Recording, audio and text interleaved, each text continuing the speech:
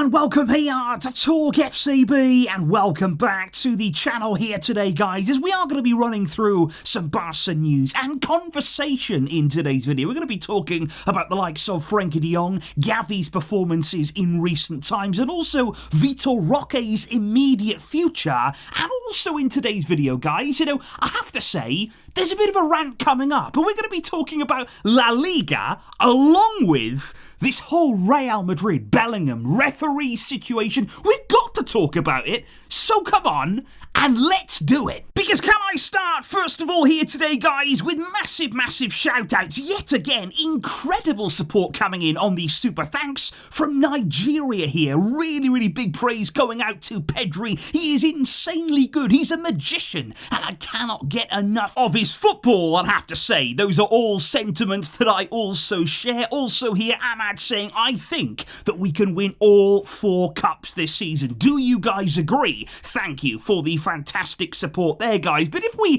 kick off here with a bit of debate right now, I've got to say, surrounding Gavi, because a lot of people over the past few games, maybe Gavi, of course, has been playing more and more. He was actually preferred in the lineup in the last game, of course, to Dani Olmo. But it's safe to say that not everybody has been convinced in recent times about Gavi's performances and ultimately what he's offering the team. Some people believe here that he's not playing well enough right now, that he's also not doing enough in that number 10 role to justify that kind of selection, that often by Hansi Flick. And I just want to talk here, for me, in my personal opinion, about Gavi, the kind of player that he is, and in my opinion, what this season was all about for him. Because we cannot forget, guys, and this is something that I think is forgotten, this man spent a year, an entire year, without playing a minute of football. He went through an absolutely horrific injury. Now, this season for me with him was all about coming back from that. It was as simple as that for me. It was about coming back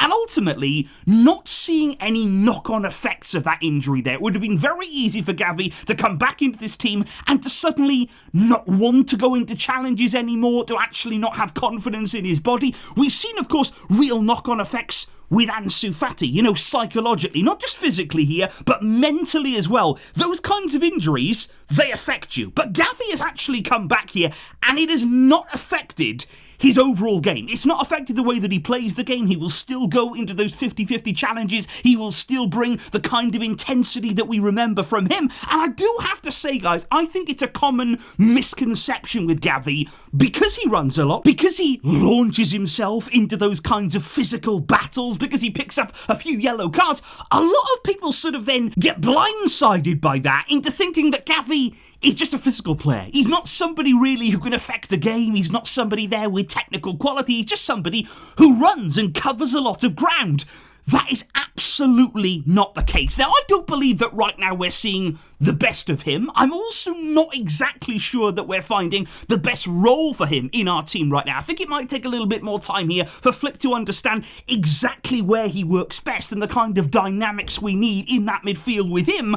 But I still see it here as a season where he's getting back into the swing of things, where he's getting back to playing, where he's recovering that full match sharpness, which will still take time. He was out for such a long time. It will take time. And we cannot forget as well, he's 20 years old because of the injury, because of everything he's achieved so far. A lot of people think, well, he's in his mid-20s now. He is only 20, still such an incredibly young player. He's still got a lot to learn. He's still got a lot of developing to do as well, don't forget. He is not the finished article, but of course, he's still, for me, incredibly talented. Which is very interesting, guys, because then we move on to the topic right now of Frenkie de Jong in this team, who in midfield there is another player who continues to really divide opinion. People have been quite happy over the past few games to see Frenkie improving that level, starting to win and earn his place in the starting lineup. There we spoke yesterday about the fact that Marc Asado has been benched, quite often recently because of that re-emergence from Frenkie de Jong. But I want to talk here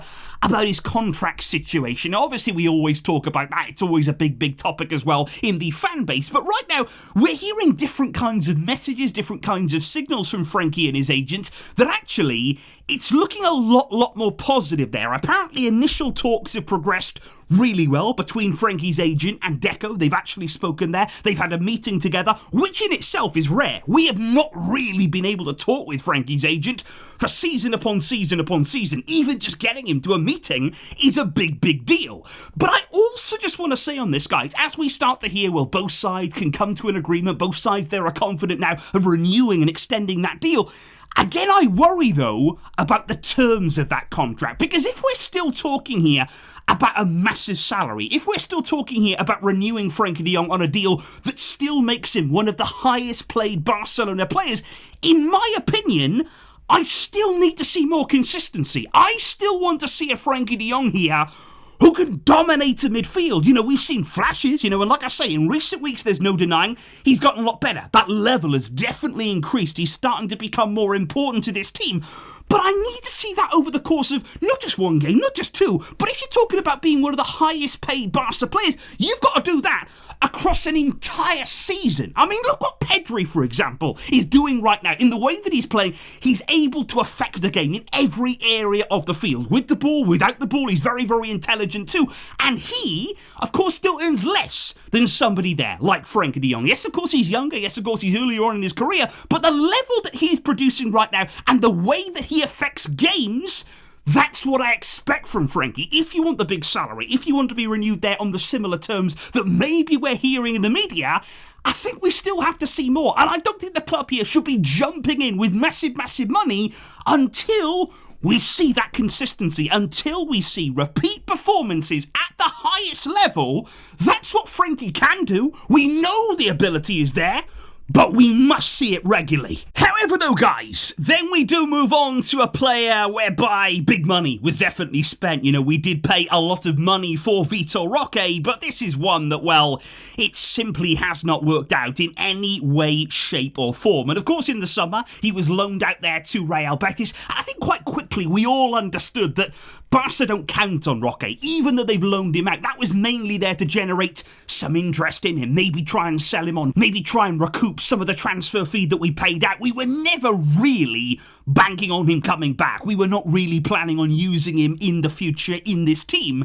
And of course at Betis he has shown maybe a few signs, a few flashes of promise there. He's got 4 goals in La Liga this season, but ultimately it hasn't really worked out for him there either. He's not really been able to constantly establish himself in that starting lineup as the starting striker at Betis. He's not been able to regularly score goals in this league, and in recent weeks, I mean, it's really fallen away for him there. He's completely out of favour now, to be honest, at Real Betis. He's not starting games, he's hardly getting any minutes at all, and this also happens to coincide with when his immediate future is very much up in the air. And this is a big moment, you feel, in the future of Roque, and of course relating to Barca as well. Because the reason being is that the Brazilian transfer window, that's still open. They are still able right now to sign players, and as such, Palmeiras are very interested in signing Vitor Roque. They're, according to multiple reports, they would actually be willing to sign him from Barca